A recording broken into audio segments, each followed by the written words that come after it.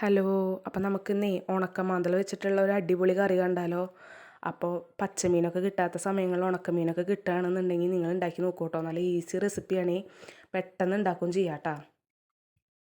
അപ്പോൾ അതിനായിട്ടൊരു ചട്ടി വെച്ചിട്ട് കുറച്ച് വെളിച്ചെണ്ണ ഒഴിച്ചിട്ട് തക്കാളിയും സവോളയും ഇഞ്ചിയും വെളുത്തുള്ളിയും പച്ചമുളകും കറിവേപ്പിലൊക്കെ കൂടിയിട്ടിട്ട് നന്നായിട്ട് വഴറ്റുക കേട്ടോ. അത് വഴണ്ടി വരുന്ന നേരം ആകുമ്പോഴേക്കും നമുക്ക് ഒരു അരപ്പുണ്ടാക്കിയാലോ?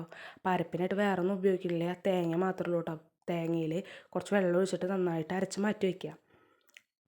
അപ്പോഴേക്കും നമ്മുടെ ഉള്ളിയും തക്കാളിയും കൂടിയിട്ടുള്ള നന്നായി വഴണ്ടി വന്നിട്ടുണ്ടാവും. അപ്പോൾ അതിലേക്ക് കുറച്ച് മുളക് പൊടിയും മഞ്ഞൾപ്പൊടിയും പിന്നെ കുറച്ച് കാശ്മീരി ചില്ലിയും കൂടി ഞെട്ടുണ്ട് കേട്ടോ. എന്നിട്ട് അതിൻ്റെ പച്ചക്കുത്ത് മാറണ വരെ നന്നായിട്ട് ഇളക്കുക.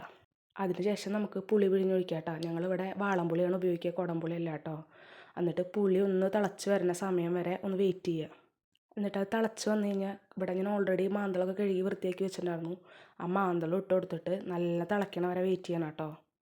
എന്നിട്ട് മീൻ നന്നായി വെന്ത ശേഷം നമ്മൾ നേരത്തെ ഒരു തേങ്ങയുടെ ഒരു അരപ്പ് അരച്ച് വെച്ചിട്ടുണ്ടായിരുന്നില്ലേ, അരപ്പ് അതിലേക്ക് ഇട്ടിട്ട് നന്നായി തിളപ്പിക്കണം കേട്ടോ.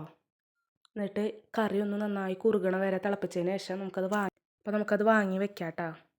മീൻകൂട്ടാനിൽ വറുത്തിടാനായിട്ട് നമുക്കൊരു ചീനച്ചട്ടി വെച്ചിട്ട് കുറച്ച് വെളിച്ചെണ്ണ ഒഴിച്ചിട്ട് സവാള അതിലേക്ക് ഇടാം കേട്ടോ. ചെറിയ ഉള്ളി ഇട്ടോളൂ. ചെറിയ ഉള്ളി ഇല്ലാത്ത കാരണമാണ് കേട്ടോ സവാള ഇടണത്.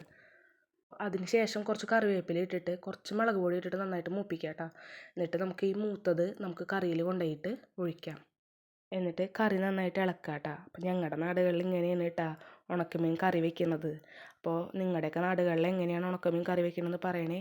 വീഡിയോ ഇഷ്ടപ്പെട്ടാൽ ലൈക്ക് ചെയ്യാനും ഷെയർ ചെയ്യാനും സബ്സ്ക്രൈബ് ചെയ്യാനും മറക്കരുത് കേട്ടോ.